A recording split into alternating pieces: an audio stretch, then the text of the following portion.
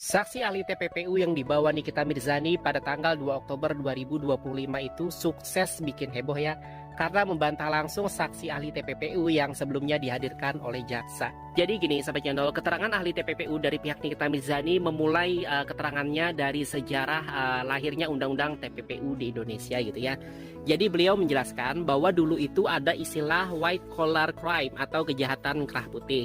Kenapa begitu? Karena awalnya undang-undang TPPU lahir sebagai respon ya atas maraknya praktik korupsi, pencucian uang, dan tindak pidana finansial ya, yang sering banget dilakukan oleh pejabat dan penjahat kelas atas. Jadi dengan kata lain, TPPU memang sejak awal ditujukan untuk membongkar kejahatan yang sistematis, yang rumit, dan tersembunyi ya. Lanjut, jadi ada poin menarik ya soal mens rea. Nah, ahli menjelaskan bahwa mens rea atau niat jahat batin dari pelaku TPPU itu sifatnya sangat abstrak gitu ya. Jadi untuk menilainya menurut beliau harus dilihat bagaimana pelaku menyiapkan aksi kejahatannya. Apakah sistematis, berlapis, dan sedemikian rupa ya agar aliran dana tidak mudah dilacak. Nah, menurut ahli, dalam kasus Nikita Mirzani hal ini tidak ditemukan. Kenapa? Karena uang 4 miliar itu justru dipakai Nikita Mirzani untuk membeli atau membayar rumah atas nama pribadi. Jadi logika hukumnya gini loh menurut beliau ya. Kalau mau mencuci uang, tentu pelaku akan mempersulit pelacakan gitu ya. Misalnya lewat nama orang lain, perusahaan boneka, atau rekening berlapis. Nah, disinilah ahli menjelaskan 3 tahapan klasik dari TPPU ya. Pertama, placement.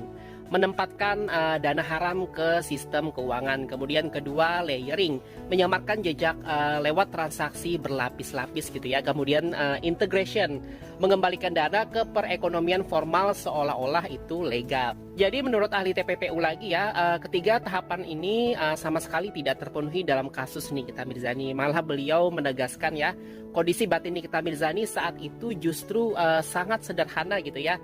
Ia menganggap uang 4 miliar itu sebagai hasil kerjasama profesional sebagai selebritis, sehingga langsung dibelanjakan tanpa berpikir panjang. Jadi sahabat channel, kalau dilihat dari cara ahli TPPU yang dihadirkan Nikita Mirzani menjabarkan ya, mulai dari historis undang-undang, kemudian konsep mens rea gitu ya, sampai tahapan pencucian uang, jelas terlihat ya lebih komprehensif dan meyakinkan dibandingkan saksi ahli TPPU dari JPU sebelumnya. Tapi kudu diingat ya, bahwa keterangan ahli ini hanyalah salah satu alat bukti.